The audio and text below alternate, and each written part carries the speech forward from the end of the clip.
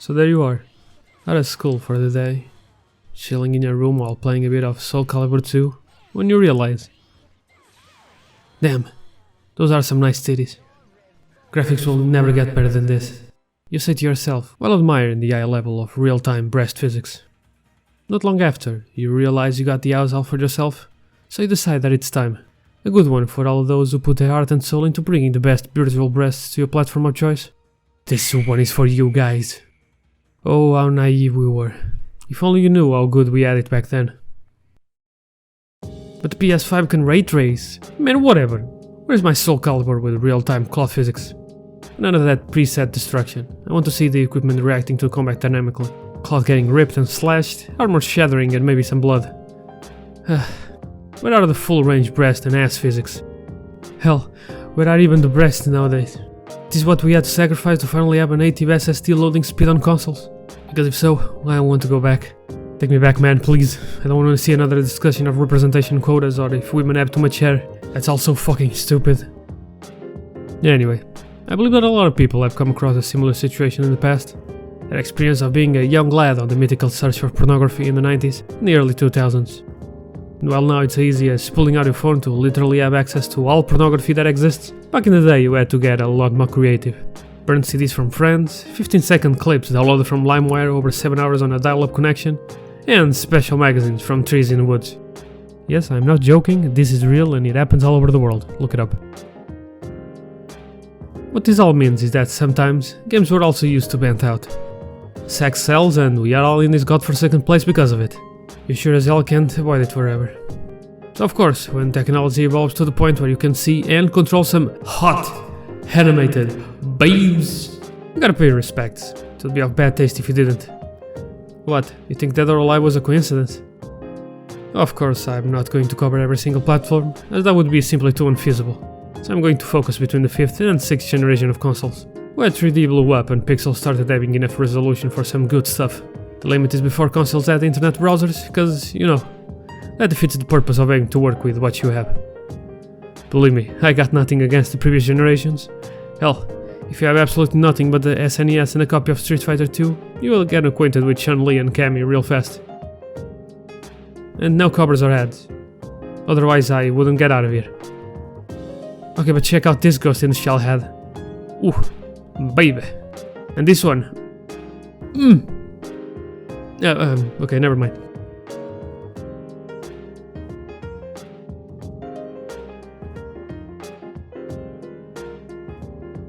No better place to start than the 90s darling, the sex symbol herself, Tomb Raider.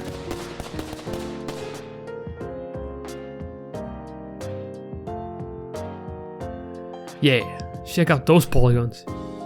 It seems ridiculous today, but the series got popular so fast that rumors of a new cheat code started circulating, leading to an unofficial patch for the PC version, and a sequel having a code that magazines promoted as being able to finally see Lara naked, but which in truth just made her explode to bits. What a bunch of cheeky cunts, huh? Let's talk the real talk. How are the goods? Well, the first game not only scared all the kids that played it, but also the moment where a lot of us realized that whatever these polygons were trying to do was pretty good. In the original game, she only wears her classic raiding outfit with a turquoise leotard, brown shorts and hiking boots, only having an extra outfit during the tutorial mission level, where she wears some more practical exercising clothes. I appreciate the new added detail of the underwear showing a bit over the pants, and the texture of the side boob. That is something that we all can enjoy. I could have sworn that she always had the braided ponytail in game, but it seems that as soon as the CG cuts in hand, she puts it into this weird hair bun thing, even on the PC version.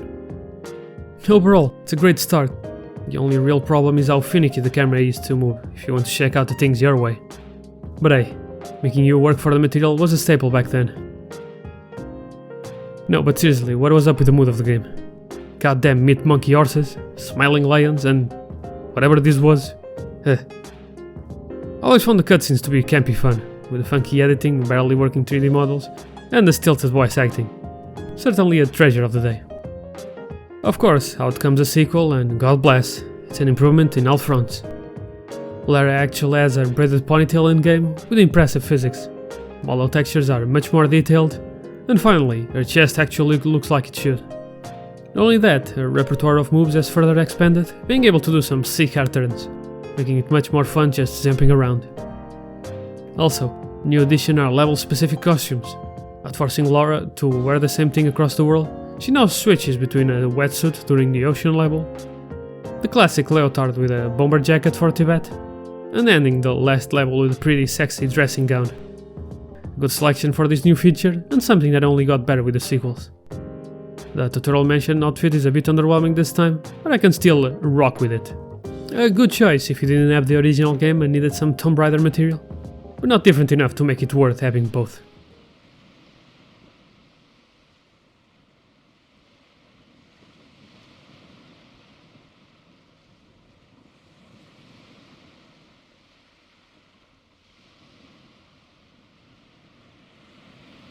To me, this has to be the peak of original Tomb Raider.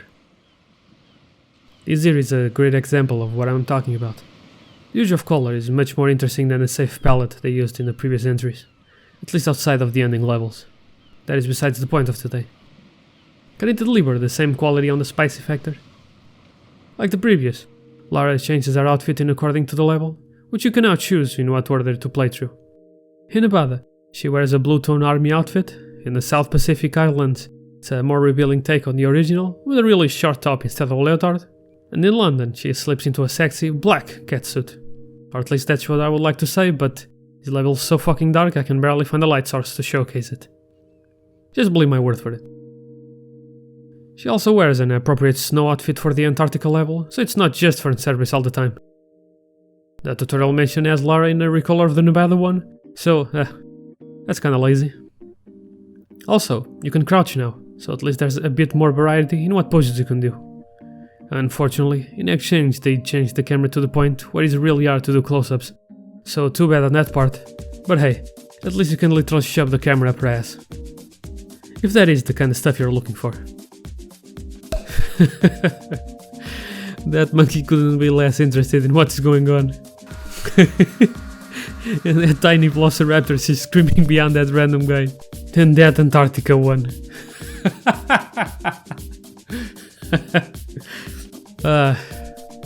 Go on my sides. Oh yeah, disappointment time. No comfy mansion level, some basic ass menus, unskippable cutscenes and a terrible restrictive camera, and worst of all, no outfits. I mean, they did double down on the sexy factor, with Lara finally showing some cleavage, and the skin exposed on the sides of her leotard being more clearly defined. But come on, the entire game with the same outfit? Well, the only different outfit is when you play as a younger Lara, so if you like that one, more power to you. Let me just check one thing. Yeah, I guess that makes sense. And to finish up, the one I never heard anyone talk about. So let's see, still basic menus, no tutorial mention, a metric ton of unskippable cutscenes and some weird costume choices. Like, they reused the young Lara model, but then for the catsuit they made a less detailed version of it, but then later go the absolute opposite way and make a dress in complete Arctic camo. And in the beginning level she is wearing a dress during the cutscene, only to switch to the classic outfit out of nowhere. The only real reason to play this one is to laugh at the treasure that is the CG cutscenes. Easy come, easy go.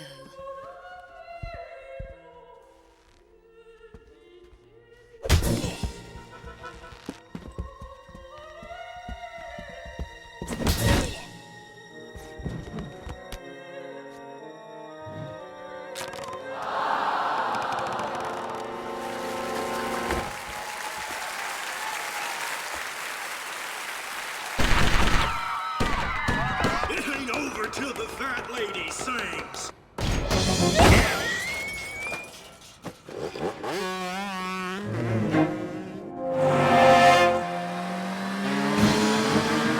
Tekken Bronco, baby.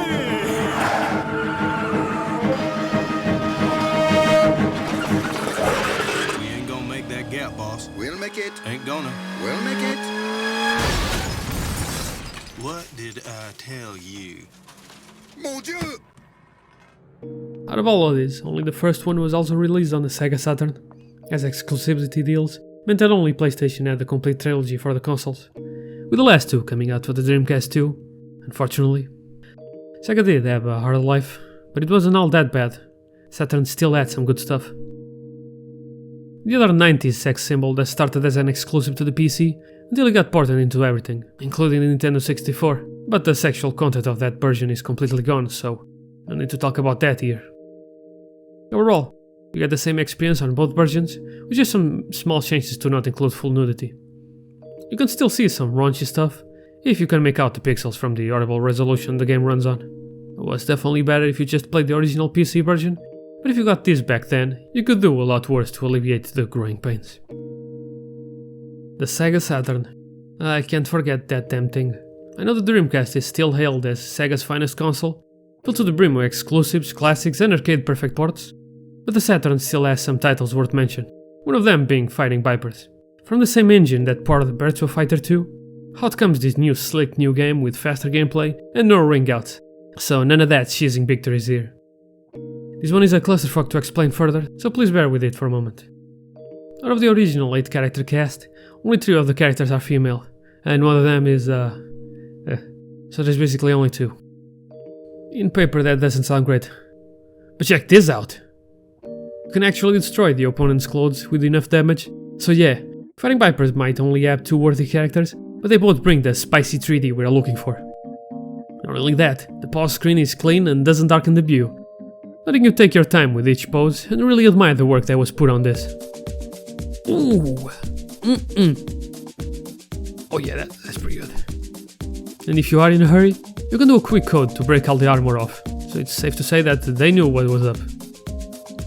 Okay, that doesn't seem too complicated, right? But now comes the problem of localization, which was always bad, but back then, there wasn't any way of knowing what you were losing from the original versions. When you complete the arcade mode with the character, you get treated with some cool images for the ending. In the Japanese and European versions, you got a gallery and the options to check them out anytime you wanted after unlocking them. But if you had the American version, well, not only you didn't get any of that, some of the images that were considered too lewd got straight up replaced. If that wasn't bad enough, there's a plethora of cut content that is only available in the Japanese version. You can unlock extra costumes for Honey, one being a summer outfit that breaks into a nice one-piece outfit, and the schoolgirl version that breaks into a classic gym outfit with the expected accompanying bloomers. Not only that, if you beat the arcade mode on the highest difficulty, when the lower part of her outfit breaks, the skirt actually comes off, so yeah, that's pretty good. Apparently, in the original arcade version, you had to win 100 matches in a row to unlock this, so wow, a round of applause to the heroes that managed that. You can also play as Pepsi Man.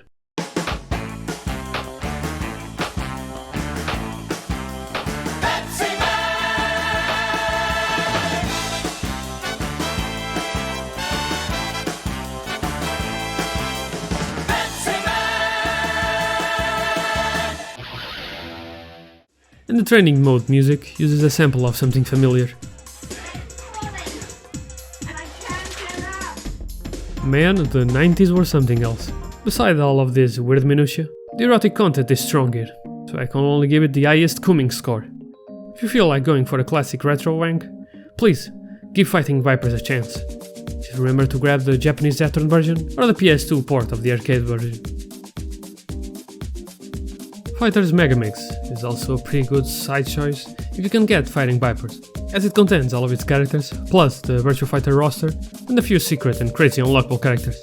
No Pepsi Man unfortunately, but hey, you can play as a piece of meat and the AM2 logo, so all is forgiven.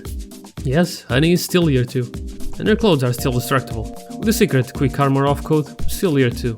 Unfortunately, you can't get her skirt off in this version, neither the other 2 outfits. But she does have an exclusive funky costume that is pretty cute, so it's not all losses. Something that also helps is that this has an option to have a clean pause, which is a way to remove the pause menu so you can gander to your heart's content without anything in the way. The inclusion of this type of thing is something that appears sometimes in the other series, but unfortunately not in all of them, as it really helps for those menus that just take away too much screen space. And no, you can't destroy Virtua Fighter characters' clothes off, so no naked Jeffrey this time. You can get the clothes off the Daytona car though, so if that's your stick, then this is the only game I have for you. There won't be any more cars getting naked in this video. Final score? I punch for the inclusion of Honey. But everyone should have had destructible clothes. Let's be real for a minute. Be it either yourself or someone you knew, piracy always found a way to hang around. And if there is something I miss from those days, it's the sense of discovery it brought with it. Those times when you had to ask a friend of another friend to solder something to your console so you could play burnt games, and later getting a bunch of them from another friend in one of those huge stacks of burnt CDs, with only the title to distinguish pile after pile of similar looking blanks. I can still remember the artificial smell that those CDs had. Brings me back. I'm getting off track here. That's why I'm also including Japan-only games in this list. There were always loose copies that would mysteriously appear between the others, in a language you couldn't read, but that was really interesting to find out. A true hidden gem that was never seen before, and you couldn't search about it so easily.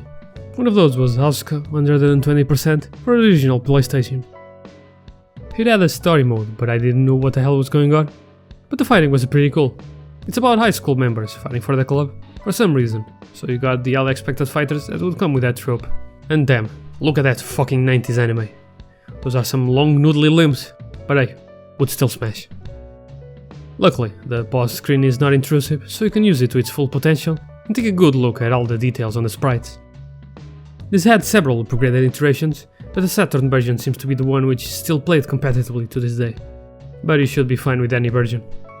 If you're interested, you should either try out Limited Burning Fest for the Saturn, or Final Burning Fest for the PlayStation. Man, these are some stupid naming conventions. And this is coming from someone who likes Guilty Gear XR the Rev 2. Seeing how I am talking about an obscure fighting game with a roster focusing on girls, might as well talk about Advanced VG, one of the sequels from the series Variable Geo, where in the future there's an all-female martial arts competition where participants are required to promote various family restaurants by acting as waitresses when not fighting. Overall, that doesn't seem that special. The sprite quality is decent, a good selection of characters, but interesting enough, there doesn't seem to have that much sexuality like one might think when considering how many characters are wearing skirts. Only to realize that the PlayStation version has cut content, and that the Saturn has erotic images for each character that you defeat in normal mode. While that is a nice addition, something still feels off. So I go into a deeper search and find out what the series is originally about. So the story goes, and I quote, "When a given waitress is defeated, they are required to publicly strip themselves of their clothing, and self-fondling and public masturbation may be forced upon the loser, and in the most extreme cases, the loser is raped, gang raped, either in private or in front of an audience, in order to teach the so-called true shame of defeat." Ah, it was porn disguised as a fighting game. That's pretty cool.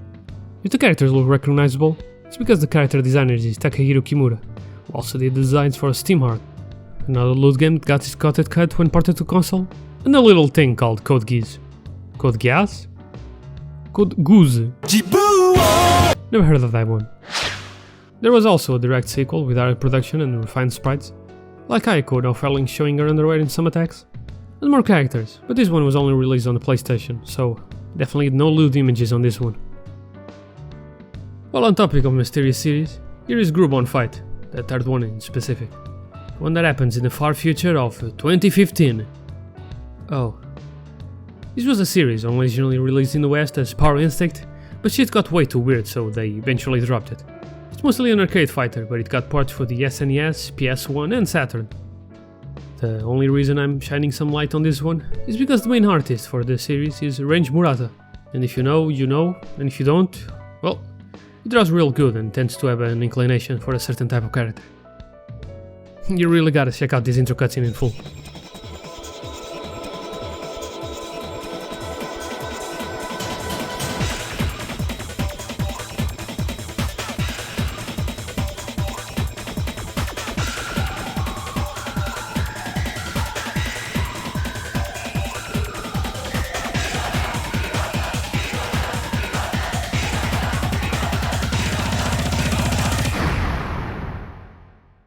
I don't know what the hell is going on, but that's fucking awesome.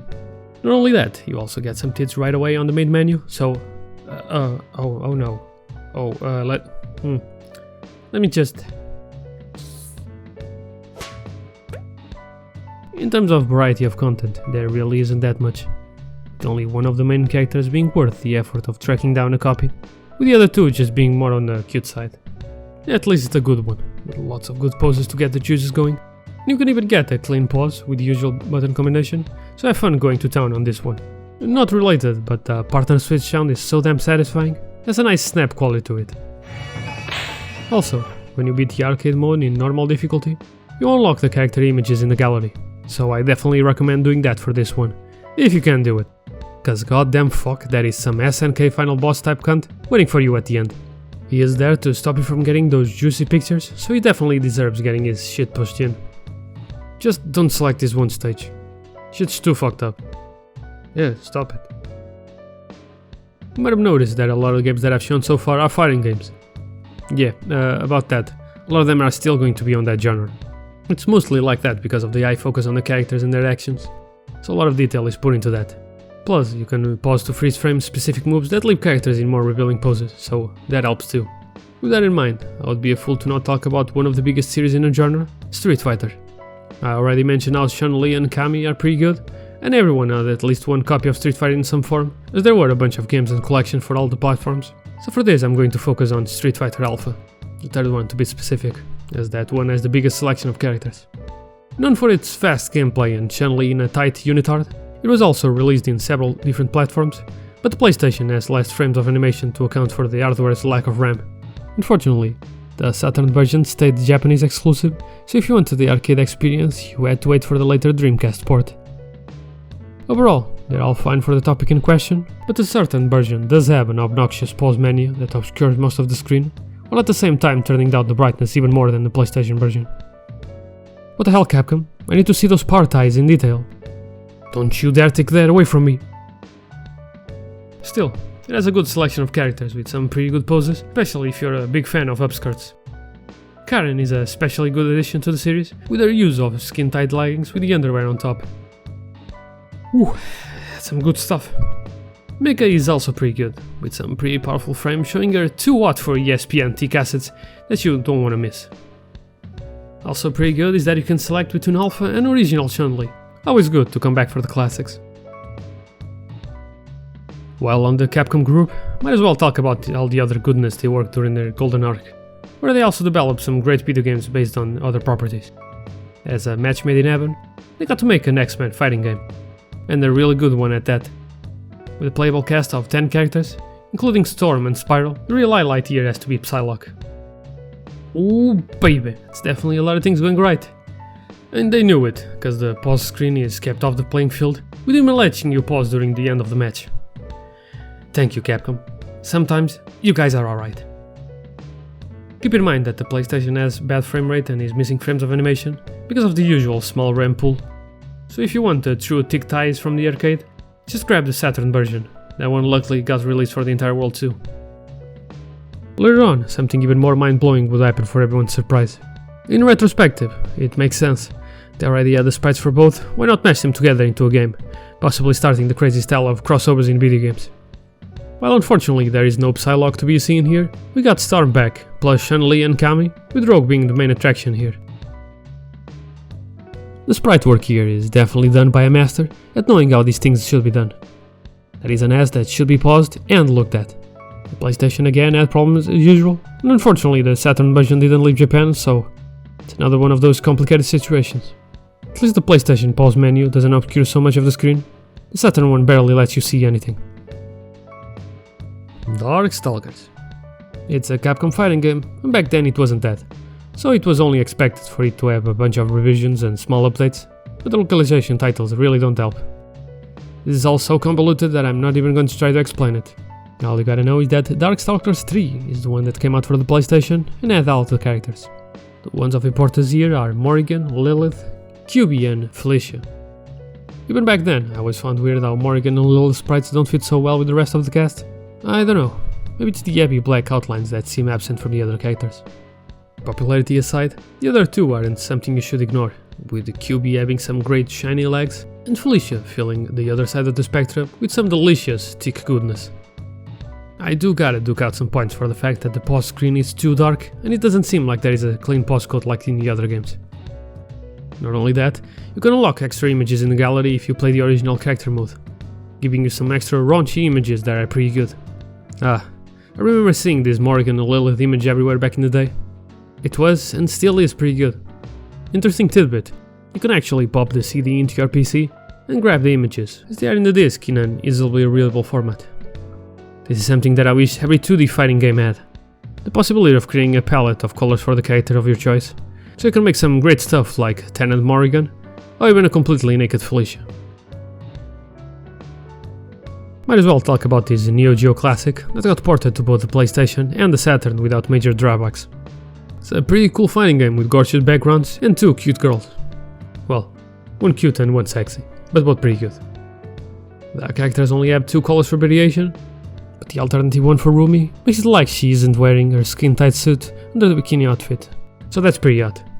Surprisingly, you can also pause even after the match ends too. The Neo Geo really had some cool stuff. I gotta do a video about that someday. The 5th generation was defined by the birth of 3D in game space, so let's get back into that. With only a few mistakes along the way, Capcom eventually pulled one cool ass game to show how they could also work with the extra dimension. Shiritsu Justice Gakuen, or Rival Schools, how it was known in the West, was an arcade game born from the will of the man, the legend, Hideaki Itsuno, to make a polygon-based fighting game that could actually run in 60 FPS, after only being able to do half of that with Star Gladiator. I'm not gonna talk about it in this video, but there's a hot space babe in that, so you should definitely check that out one too. Rival Schools was so big that it came out for the PlayStation in 2 discs, one containing the usual arcade mode and other fighting game staples, and the other one having a plethora of content in terms of modes and minigames you could think of. And what about the characters? With a game about students fighting for their school, you get not only the usual trope of characters relegated to the specific clubs like soccer, baseball and volleyball, but you're also able to play some of the teachers, with Kyoko being a nice spin on the usual nurse type character. Each character has some colors to choose from, but some also have some separate versions for special costumes, like Natsu wearing her regular school uniform, Hinata with gym clothes, and Tiffany not looking like a slut. Not complaining though, there's always a school slut, so might as well make it hot. I gotta warn you though, Rival Schools has to have the worst pause menu. It's that obnoxious, be it in training mode or the arcade mode, really forcing you to get creative to see anything at all. Pair that up with the fact that clothes have the same physics thing that Soul Edge has going for it, so even upskirts don't stay up for very long. You can also unlock some gallery images, with some pretty odd ones in the mix. The problem here being how the game is divided into 2 discs, and so is the gallery. So if you want to see a specific image, and you are in the wrong disc, maybe you like getting up and switch to the right one. Not only that, Capcom basically robbed us of an even better game, as the original version has a mode to create your own character to attend school like in a dating simulator. This was all cut for the Western release, as apparently there was too much text to translate, so they just didn't do it. Now we got our 20 or so preset characters to play as, teasing us with something that we couldn't possibly know. Like Street Fighter, I like to believe that anyone who had a PlayStation back then would also have a copy of Tekken 3. It's also a better example of the "I thought Final Fantasy starts at 7" joke. I never even seen a copy of the other two until years later, which is weird because it seems that they both sold pretty well by the end, proving that what makes a great game is, and I shit you not, the gameplay. Just remember that exceptions to the rule don't suddenly make the majority of the fact. With a great amount of secret modes and characters to unlock, you get up to 4 ladies in total, each with 3 costumes, with 2 being simple recolors. Not Julie though, she only has 2 unique costumes. Even though I don't usually like the Native American aesthetic, she has some well-made assets, so I would be a fool to dismiss her. Xiaoyu is one of those that has a boring main outfit, but the alternative is pretty hot, with the tight shorts leaving her thighs exposed. Can't forget to mention the unlockable schoolgirl uniform, because Based Nippon is based and so are pleated skirts. Last but not least, we got the 2 Williams sisters, with Nina having this hot purple skin tight suit and a casual getup composed of a leopard crop top and some black leather pants. The results are in and I can confirm, that is pretty hot. Hannah, on the other hand, has this fancy dress in both red and blue tones, plus a funky zebra thing going on. Seems like some My Bayonetta fashion to me, but whatever. Overall, it's a good choice for material, as copies of the game weren't that hard to find. The female cast has a good range of variation, and the pause screen is well placed to not bother the necessary activities. It could do a lot worse back then, so it still has my recommendation, if not just to see the CG cutscenes.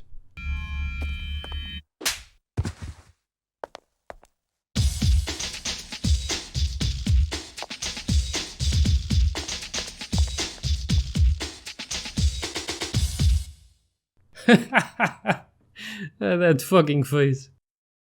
Ihadolka is a being capable of existing in multiple dimensions at one time, and she threatens the world of Preseru, Happy Island.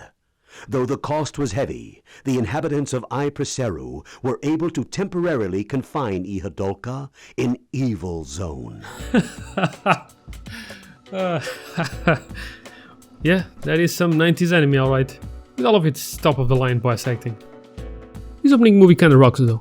Might even fool you long enough to make you think that you're playing something good. But nope. Imagine a fighting game with just 2 buttons. No, literally, just only 2 buttons. Even Smash has more buttons than this, and that is not even a fighting game. Finished loading.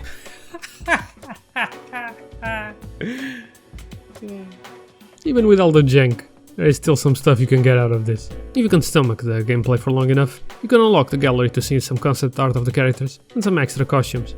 Not just recolors either. You can also choose the select animation for some reason. Hey, is this Destiny?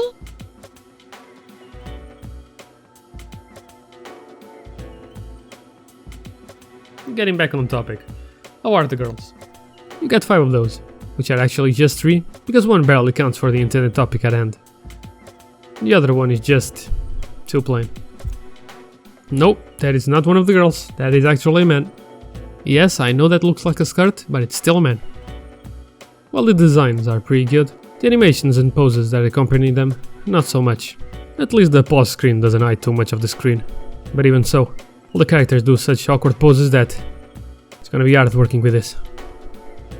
A shame that so much of it fails. There are some odd characters in this, and it could have been a neat idea if they polished the concept in a sequel or two. Well, at least we can still laugh at the voice acting. Did you see that? You didn't. God. Whew. This game sure is the gift that keeps on giving. It's time for the Final Fantasy VII fighting game, featuring original characters shoved in there for good measure. Hell, the reason I discovered this game was because some kid told me back then that you could totally see Tifa naked in one of the ending cutscenes, but he never let me borrow the damn game to check it out, so fuck you, Steve. Even with all the unlockable characters and extra costumes, this one doesn't have much in terms of suggestive content. It's all pretty reserved in that aspect. Still a bit fun to mess around with if you got a friend and some time to burn. At least we can confirm that Cowboy Tifa was indeed wearing white all along.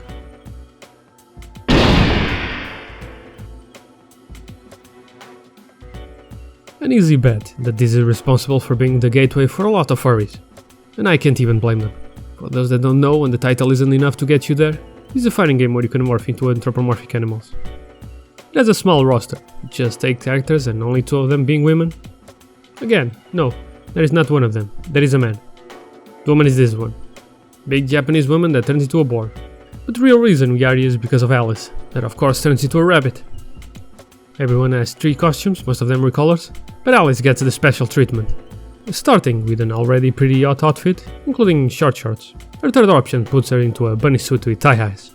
Not only that, she has special extra costumes that you can unlock if you beat the time trial under 10 minutes, with the first 2 being recolors of a school outfit, and the last one having her in gym bloomers. For just having one sole character to carry the sexy factor of the game, they managed to lay it down pretty hard. You also get some cool unlockable options like several types of camera that even allow you to play in first person, so you can really get into those juicy details. Also a good thing that the pause screen is not that intrusive, easily giving you all the space that you need for your business. And of course, if you are a furry, then there is a lot more here for you, I guess. But I don't think you need to be one to consider smashing Bunny Alice. Right? You win. Of course, with its several sequels, one of them still ended up on the original PlayStation. This time we get 4 costumes per character with 3 dim of being recolors. Still a pretty nice selection we got going on here. Now, not only Alice is in a nurse uniform, we get 2 brand new hot 90s anime babes. Sheena brings that tomboy spunk to the series with a tank top and cargo pants, filling in for those looking for some tummy action. Something that only gets better in the costume where the pants are traded in for some short shorts. Now for those who prefer the provocative female fatale type, Jenny is definitely an underrated character that should be more popular. Just like Ivy from Soul Calibur, the sexual energy is about the same, I would say. She wears what seems to be just a jacket and some sexy boots, not afraid of showing everything else she has going on for her. Yep, that is some cleavage right there. Kinda sad that their costumes don't change that much. Some of them just trading the boots for high heels, or just putting a pair of pants. We also have Yuriko, but I don't care much about her design. The others are just leagues above her. This time, we are blessed with a way to get a clean pause screen, but you gotta hold R2 like the old time. Oh well, better than nothing I guess. We also see a comeback of the story gallery, and let me tell you, there's some really worth stuff in there. But again, for no reason, if you want to zoom in into the pictures, you gotta hold the shoulder button. They really wanted to make us work for the material, didn't they?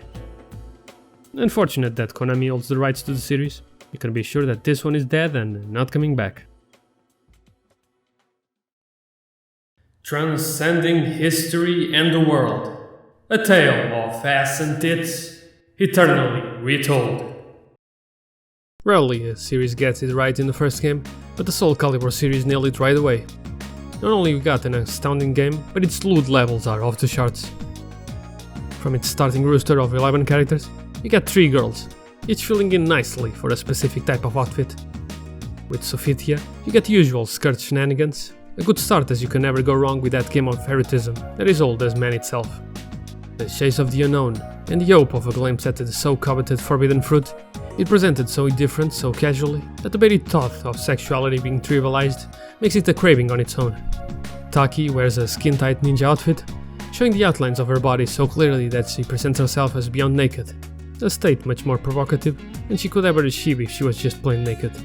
And Xiongmina, with a long loincloth, is an excellent choice to direct focus to the full length of the legs, especially the exposed thighs. Together, they manage to cover a great range of tastes, which is certain to get anyone interested in at least one of them.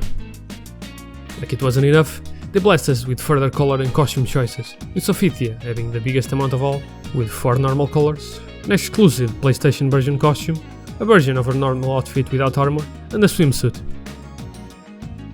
Taki ends up with a shorter loincloth in her extra outfit, which is pretty damn hot, and Xiongmina gets some kind of funky fashion statement. Man, what an absolute treat. If you're able to survive all of this sweet content, I think you can go ahead and definitely call yourself the Edge Master.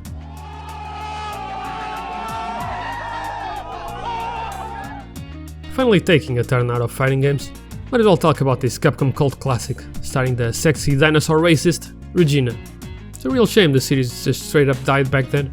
I would love to see a remake in the same engine that they're using for the newer Resident Evil games. As for the original one, there might not be much here, but I still find it worth of a shout out. It's not every day you get a red-headed protagonist, one who turns even more exotic when you ever put on some eccentric leather getup. Not only that, if you complete the game fast enough, you get 3 other costumes. A sexy army type, a battle dominatrix, and a wild jungle one. Unfortunately, no costumes for the sequel, which is a shame because I prefer the gameplay genre on that one. We'll await patiently for Capcom to do something with the series again, or at least a costume in some Resident Evil. That would be cool too. Listen, I know what you're thinking. But what, are you telling me you wouldn't smash that? Well, they might be in a lower resolution that you would have preferred.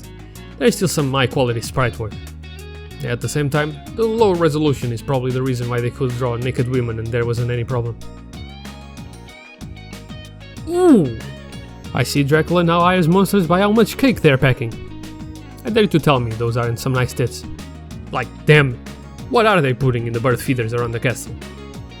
This one is literally a succubus, of course she's going to be looking hot. Look, all that I'm saying is that it's a big castle, and I won't blame anyone that needs to make a pit stop to relieve some tension. Hot take of the day, I actually prefer Order of Ecclesia over Symphony of the Night. And no, I don't like it just because of Shinoa. What are you talking about? Oh god. It might seem hard to believe, but before making this video, I wasn't aware that Dead or Alive started with a port for both the PlayStation and the Saturn, which is ironic considering the main selling point of Dead or Alive is the sexual factor. I always thought it was an arcade game that only started getting ports for the 6th generation of consoles. But nope, here we go. What might possibly be the best game of the entire video, and I didn't know about it until now. It's just like Soul Edge, they got it right on the first go, only putting the most important features right away, like bouncing breasts. Yes, of course I want it on. Do you perhaps mistake me for a fool who doesn't want his game breasts to be bouncing? Dios mío. Look at them go. They're just going. It's like they have a mind of their own and they're living their life to the fullest. coming out on both the Saturn and the PlayStation. The latter would release a bit later in further regions other than Japan. Can confirm that the wait was worth it, as the lighting and models are improved and there's new extra costumes. And this is just funny, because you go to select a male character and it's like 5 costumes, that's it. Like, that's actually a lot considering all the games we've just seen, but then you go to the females and 14 fucking costumes! That's 56 costumes in total for all the girls. Why yes, I am going to go through all of them, because you need to see all of this shit. For the lack of time, I hope you are already familiar with the characters from further sequels, because I'm going to blaze through this shit. Okay, Kazumi, totally not underage ninja with the interesting outfit, bearing it all for everyone to see at the slightest movement. Starting up, she gets an outfit with baggy pants, but a titillating top with fishnets to compensate. A slutty schoolgirl outfit that is really short. This one comes in 3 colors because I guess someone is a big fan of that in the team. An actual bunny suit, but worth it for the bouncy, fuzzy physics. A pair of overalls with absolutely nothing underneath. 2 versions of a gym outfit with the classic bloomers. The fact that they have physics for the entire shirt instead of just the breasts should be enough to inform you of the level of loose quality that we're blessed with. Of course, you couldn't forget the classic Japanese swimsuit. And if you don't care about any of those, how about a fetishistic angel type swimsuit with tie-eyes? Okay, moving on. Lei Feng. Her normal outfit is kinda boring, with the big puffy pants, but right away they give you these tight leather out pants, available in 2 colors of course, so it's all fine. Following that up with a classic French maid outfit, which even has a detailed texture for underneath the skirt, there's something I can really appreciate. Right next we have this frankly amazing funky outfit, with the asymmetrical pants and the bikini top showing a lot of underboob, that's just plain amazing. Not stopping here, she also has a risque swimsuit, something the series would explore further in the sequels. Like they knew the original Chinese outfit wasn't that great, they also gave her this provocative Chinese dress that show a lot of leg. Sometimes you gotta look at them legs too. Back to the classics, she also has a nurse outfit, with not just a version that has her showing her broad legs, but also one where she's wearing some nylon tights. Ooh, how can one man resist all of this? Oh! Yeah, I think I can already consider this the best game of the video, and we still got 2 more girls to see. Tina is the sporty one, so of course she has to wear the sporty stuff, but also she's American, so she had to put the hat on, of course. There was no other way. If all of that was too basic until now, you also get a sexy leather catgirl outfit that, yow! I would also be KO after that one. It's gonna be hard to beat that one, but she still has a cave girl outfit that is pretty cute. A navy uniform with or without tights. The one type of swimsuit for women that are really patriotic. And of course, what else to wrap up the American girl with than the classic bunny outfit? God bless the ring? No. God bless America. Now that I think about it, Tina having so many American-based outfits and also having a cave girl costume might be about something, but I'm too busy here to follow up on that train of thought.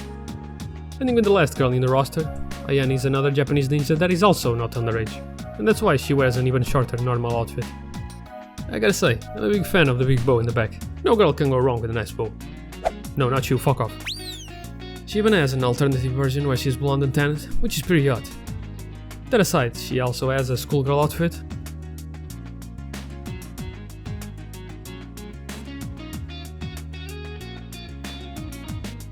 A similar ninja outfit but in a see-through material. A bikini with a big transparent bow. And this one funky virtual reality full body tight suit in both white and black.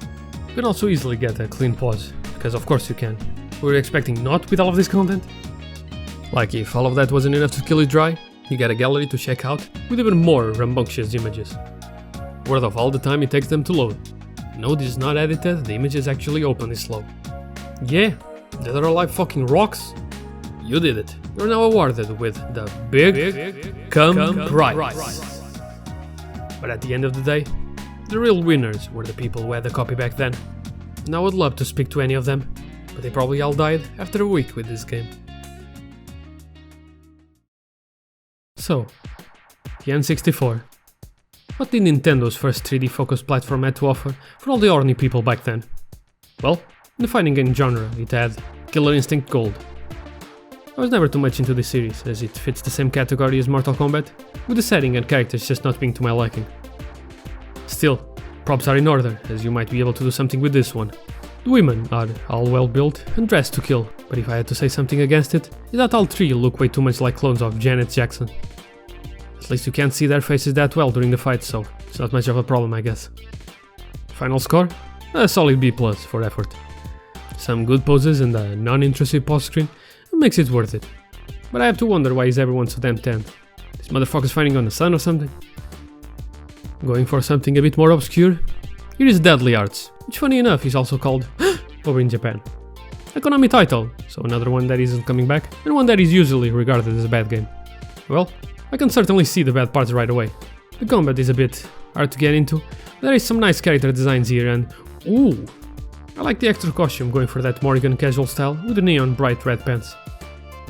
We got two other characters to focus on, and by that I mean just one, because the other one is less interesting. Serena's extra costume does have some charm, but the main battle suit is certainly the highlight here. That is pretty hot, and we even got the tie eyes to complete the fetishistic look. And if you think this is already enough good stuff, get ready for the main feature. A character creator. A fighting game for the N64 with a character creator. And with a surprising selection of options too, being able to choose from several faces, hairstyles and ooh! Nice! I would be fine with just this screen already, but for some reason I can't stop the character spinning as soon as I try to turn it. Man, this is pretty awesome, even if the gameplay is a bit stiff. If I had this game back then, I could easily see myself playing this for days on end, just making characters with their own little stories. And this has some really nice outfits. Yeah, okay. I do miss this early 3D style. Even with the lack of detail, there were some pretty hot babes coming out during this time. Good thing that indie developers are starting to get into this type of stuff. Maybe we can see something like this, but further expanded with more refined gameplay. Man can dream and hope.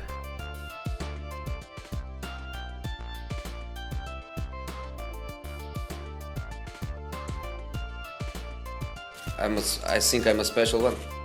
This is the part where I would talk about Fighter's Destiny, but this game is so lackluster in its spicy content that I literally don't know what to talk about. There's only two girls, and they are both pretty average, uninspired designs. Even Pierre, the French clown, is more interesting than these two put together. The sequel does get a bit better, with the Samba Master, Adriana. That one has a nice idle animation, plus some funky moves appropriate to the Brazil representative. With even an extra costume that... wait, is that a Native American mohawk? You know, this shitty rejected Spice Girl. Chinese woman is still here too, I guess. Whatever, moving on. What else does the N64 have? No, I don't want to fuck the bird. If you ever played this, you probably know what I'm talking about. If not, here's a quick rundown. This witch, is salty that a girl bear is younger than her. So she plans on stealing her beauty somehow. You try to figure out the science beyond that one. Anyway, when you get a game over, you're treated to the bad end when in fact that happens and... whoa! This was supposed to be the bad end. I don't see how anyone loses in this outcome. I definitely need to start speedrunning the any % game over category for this game more often. Too bad the dialogue auto skips and you can't pause during cutscenes, that would be useful here.